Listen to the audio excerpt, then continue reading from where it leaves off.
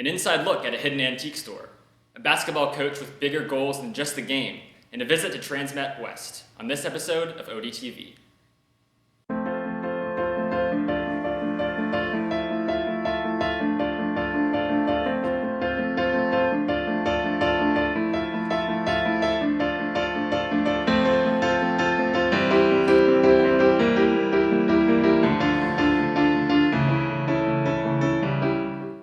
Welcome to ODTV. My name is Nicholas Byrne, and I'm here with Violet Merritt. 25 years ago, Peter Thompson created Archipelago Antiques beneath Home Place in Five Points, Athens. The story of the antique shop arose from a series of surprising events. Here's Ella Sams with the full coverage. Tucked away underneath Home Place in 5 Points, a humble antique shop sits among the cars and the passing people with an untold story. Within that humble antique shop sits a man with an untold story. But I really like to keep pretty active at things that I'm really interested in. In other words, not going to be fishing for the rest of my life or anything like that. Each day, Thompson opens the doors of Archipelago Antiques. He reads the New York Times and the Atlanta Journal-Constitution, and then goes about his daily task to maintain the 25-year-old shop. Thompson's love of reading contributed to opening the store. I always enjoyed Dickens's The Old Curiosity Shop. I had an aim there to really fill the place up, not have people come in and see everything at a glance. I think you'll grant that isn't going to be possible here. Those who have never stopped to talk to him would never know that 25 years ago he recovered from a quintuple bypass surgery, as well as prostate cancer. I decided to fill my time by starting an antique store. Thompson had previously worked as a biology professor at UGA. In the checkout of Bell's grocery store, one of his friends from the English department confronted him, saying that he urges anyone his age to get a prostate-specific antigen test. Thompson took the test, and the results were not what he expected. It turned out it was cancer. I went ahead immediately, even though I was in a class, and had my prostate removed. As he recovered, he found that the antique business would be a bigger part of his life than he thought. You have to worry about making a profit if possible, but I have to tell you that I lose money a little bit every year. But it's worth it. I mean, it's like a big entertainment. Thompson's curiosity as a child contributed to the inventory of Archipelago Antiques. I was interested in a neighbor of kids having toy soldiers of the kind we call dime store soldiers. So they bought me $5 worth of dime store soldiers, which were 50 of those things. The inventory draws in a variety of people from all over Athens. Thompson saw it as a challenge to meet new people beyond his previous students. You know, when you retire from university, and I've had classes of 350, I kind of miss them a little bit. And sometimes those are people who come in here. They're sort of astounded to see me. People who were former students. Thompson's story can be passed down as the antiques in the shop are passed down through generations. Sometimes the best items can only be found underneath piles of other items. Sometimes the best stores can only be found underneath the stores, the moving cars, and the passing people. My motivation is to keep collecting things that I'm interested in and painfully letting them go when someone buys them. Exchange students are an important part of the Clark Central student body. There are many exchange students walking the halls of Clark Central, but many students don't know how or why they're here. Here's Trent Slutsky to give more information on international students at our school. Athens is known for its vast ethnic diversity and is now more diverse than ever. Clark Central High School and families around the Athens community are host to many foreign exchange students from countries around the world. Lisa Germain and her family have hosted 3 French exchange students and have enjoyed the endeavor. I think it's a very, very good experience for a family as well to see that there are different views and a different life. There is a different life. We have a very sheltered, what's our life? It's very easy in a lot of ways, and lots of things are very big. But the students don't just appear out of thin air. Exchange students in Clark Central and Georgia are coordinated through a collaboration of volunteers called AFS Georgia. AFS exchanges 10,000, no, actually we're up to 12,000 now, high school students between about 90 countries. We counsel them. We also provide an opportunity to hang out with students who are here now, to connect with students who have gone before them and also who are currently experiencing an exchange year. Anna Jonas is an exchange student from Sweden living in Athens this year and is a sophomore at Clark Central. I've been here for maybe 1.5 months. For Jonas, life here is relatively similar to life in Sweden, but she has faced some struggles. The school system is different, and I have less independence than I did back home, so I can't really go to places. There's like no real transportation system except cars. Yeah. So I feel kind of limited because of that. Mm-hmm. Jonas encourages other students to look into foreign exchange and has some advice. Be honest when you write your letter to the host family, because you kind of write a letter to your host family, and then I guess they send it out to people they think are interested in you, and if you're not very honest in that letter, you can end up with a family that doesn't fit you at all. Foreign exchange students bring a new factor to the diversity of this school and community. Transmetropolitan is without a doubt an Athens icon. The community was rocked when the Westside location closed down due to poor business. The new owner, Ashley Christensen, not only reopened it, but made massive changes, improving nearly every aspect of the establishment. Transmetropolitan was established in 2002 in downtown Athens, but since its establishment, it has grown and expanded to a second location on Oglethorpe Avenue, now known as Transmet West. This second location was recently reopened by Ashley Christensen and her husband in May of 2014 after closing due to poor business. The couple has since given the location a new life. We are actually progressively making changes. We are working on making some pretty drastic menu changes here that we're rolling out with November 2nd, and we will officially then be Transmet West.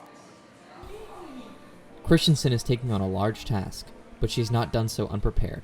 In fact, Christensen has had her foot in the door of the food industry since she was just a child.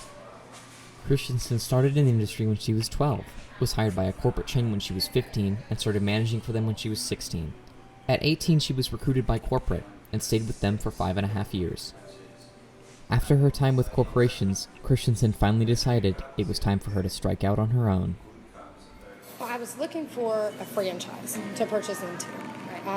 And we were looking around, exploring our different options. We lived just a little bit up the road. This place became available, and we started speaking with them about it. They weren't actually interested in doing a franchise, but we suggested it and continued talking to them about it and continued talking about it. Right. And the reason we wanted to go with Transmet above any other franchise is because they permitted us the freedom to run it how we wanted to. That way, I could design how I wanted to. We could have the things in the front that we wanted to. I could have uniforms. We can have our own policies. And we're also permitted creativity with menu. Right. So that's why we went with Transmet above any other. I didn't necessarily have to conform to all of their ideals, but I could use some of them and then develop. Although Transmet West seems to be making a significant comeback, it hasn't all been easy, and Christensen and her husband are constantly having to overcome obstacles, especially as a new business. I think the challenges are the same as any other business has incurred. Unfortunately, a bit of a poor reputation had been established for this store. Right. Not intentionally, but over time, unfortunately, things sometimes happen if people aren't as invested as not. That's been a challenge, just to overcome that hill. It's been an uphill battle, but something we're working vigorously to improve on. We have a Facebook page where we have almost 400 followers now, and we've gotten about 30 reviews, and we're at 4.8 stars. So we're working very hard, and it's showing through our work. Yeah. It's showing through the crew and the food that they put out every day and the service that we provide to our clientele as they come in. I'd say the biggest challenge of all is just getting people in the door, like it is with any restaurant. We're slightly off the beaten path, but we do these things with the community as well, right, to make sure that people know we're here. Despite these obstacles, Christensen and her husband take it day by day and learn from each mistake. Alicia and Andrew Brasher have brought an exciting new type of entertainment to Athens with their new business, Escape the Space. Here's Julie Alpaugh with the inside scoop. Teamwork and problem-solving both come into play when participants have 60 minutes to find clues and solve puzzles in order to escape the space. A real-life video game is the idea of the newly opened business Escape the Space, located in the Bottle Works on Prince Avenue. The idea first came to owners Alicia Brasher and Andrew Brasher while on a trip in August. We were actually on vacation and I found something very similar to this. It's called an escape room. It's kind of this brand new type of entertainment that's just popping up all over the world. Andrew was impressed with his experience and began to think if something like an escape room would be successful in Athens. We think this is really feasible. We talked to a lot of our friends and family, and pretty much everyone agreed that it's something that they would really enjoy and something that would be good for Athens. They spent the next 6 weeks adapting this idea to create their own space. It's not a franchise, so we're not receiving all this information from another company. We did everything from the ground up. Participants walk in and are given a brief time to socialize before they are blindfolded and led into the escape room. Once in the room, they are given a few instructions along with the storyline for the room, and then they are set free to try and escape. Then you get to take off the blindfold and you have 60 minutes of the most heart-pounding time of your life where you rummage through and you try to find clues and you're tearing everything apart and you're trying to figure out who's good at which type of clues and puzzles, and just trying to make it out in 60 minutes. Customers found the experience thrilling as well. Trying to figure out what piece with what, that was like really exciting, and I guess just like trying to figure it out before the time and being able to physically see the timer countdown, that was like nerve-wracking. Yeah. Escape the Space currently has 2 themed rooms open. At first we thought about just opening up the one space, and then we realized that it would be really good to kind of keep something new happening. So we have 2 different rooms right now that we have open. One is the loft, which is the office space, and then the second one is a Halloween themed room. After being open only a few months, Escape the Space already has hopes for expansion in the future. In the end, we definitely hope to open more rooms or possibly move into another space where it can be even larger and more elaborate. John Washington is proud of the family atmosphere that Washington Farms brings to students and families all around Athens. Let's take a look at the extensive coverage of Washington Farms' fall festivities. It's autumn in Athens. High schoolers and families alike follow the tradition of going to Washington Farms in Watkinsville, Georgia to celebrate the fall season. The farm features a pumpkin patch, a corn maze, and petting zoo, among many other activities. But it wasn't always this way. The farm started out as a small rental property where customers could pick strawberries in the spring. 1993, we opened the farm. We started the farm, and we leased 6 acres of land because I didn't have any money. And my wife and I were house parents at Eagle Boys Ranch, and I'd put on a suit and tie before. I majored in forestry.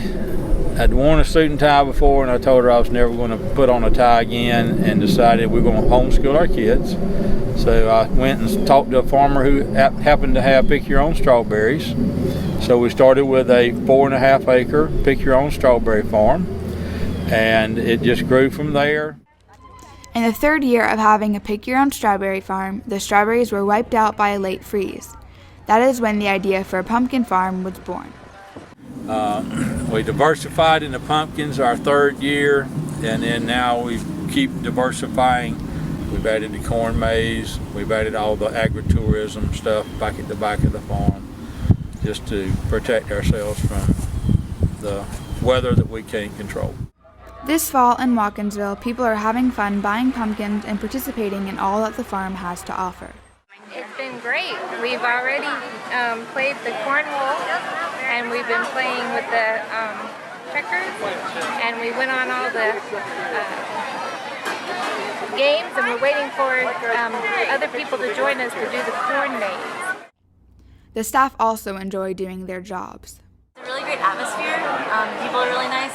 The customers are also really nice, and it's fun. It's a fun atmosphere for everyone. Washington Farms has grown significantly over the years and will continue to expand in the future. The farm is a popular place to be in the fall for parents taking children to pick pumpkins or high schoolers going through the maze at night. Ever since we opened, we've had people tell us thank you for bringing this to Oconee County. We started out just to pick your own strawberry farm and then pumpkins and all, and the blueberries and blackberries. And so it provides a great family atmosphere. I mean, you'll see families out there picking strawberries or picking blackberries, and there's no TV going, there's no radio, there's no PlayStation. They're talking, having fun as a family. After a successful 2013-2014 season as the coach for the freshman basketball team, Coach Terrence Fleming has taken on a new challenge. Fleming strives to teach players not only about basketball, but about life as well. Terrence Fleming, former City Shows basketball player, recently accepted the JV coach and varsity assistant coach position at Clark Central High School. Fleming played college ball all across the country. He played at Cleveland State, Corderville in Kansas, and Idaho State during his career. I love it. I mean, just different culture, but seeing the world, well, at least the United States, free, just traveling and playing ball, something you love. As a coach, Fleming loves to give advice to his players about basketball as well as their personal lives. Off the court, he's a good role model. He's always trying to get the kids to do good grades, stay out of trouble on and off the court. Fleming started coaching for the Clark Central High School freshman team in the 2013-2014 season, and is now the JV coach and the varsity assistant coach. With my assistant coaches, I make sure we have a lot of eyes on the floor. They're very valuable. You have coaches who sees the game, understands the game, and bring knowledge to the program. When I start out the beginning, I like to see the progress of the improvement at the end of the season. So that's basically how I look at it. Did I have this guy that couldn't dribble at first? Now he can dribble, bring it behind the back, through the legs. That's my job here to, get these guys along ready and prepared for the varsity. Fleming wants his players to be well-rounded on the basketball court as well as in the classroom. I teach, basically how I teach basketball is how I'm trying to teach people in life. You got competition on the court. You go interview, you're going to have a competition because you're going to have somebody else in there trying to interview for that same job. And it just might be that one. So what is you going to do to make sure that guy see you and say, I want him instead of this guy? Fleming tries to find ways to teach players about the world through basketball. Once you leave these halls right here, it happens that quick. You got to start just like a kid. You got to crawl before you walk. Thank you for tuning in to this episode of ODTV. Follow us on Twitter and Instagram at Odyssey News Mag, and like us on Facebook. Additional content can be found online at odysseynewsmagazine.net. This has been Nicholas Byrne and Violet Merritt for Odyssey Online.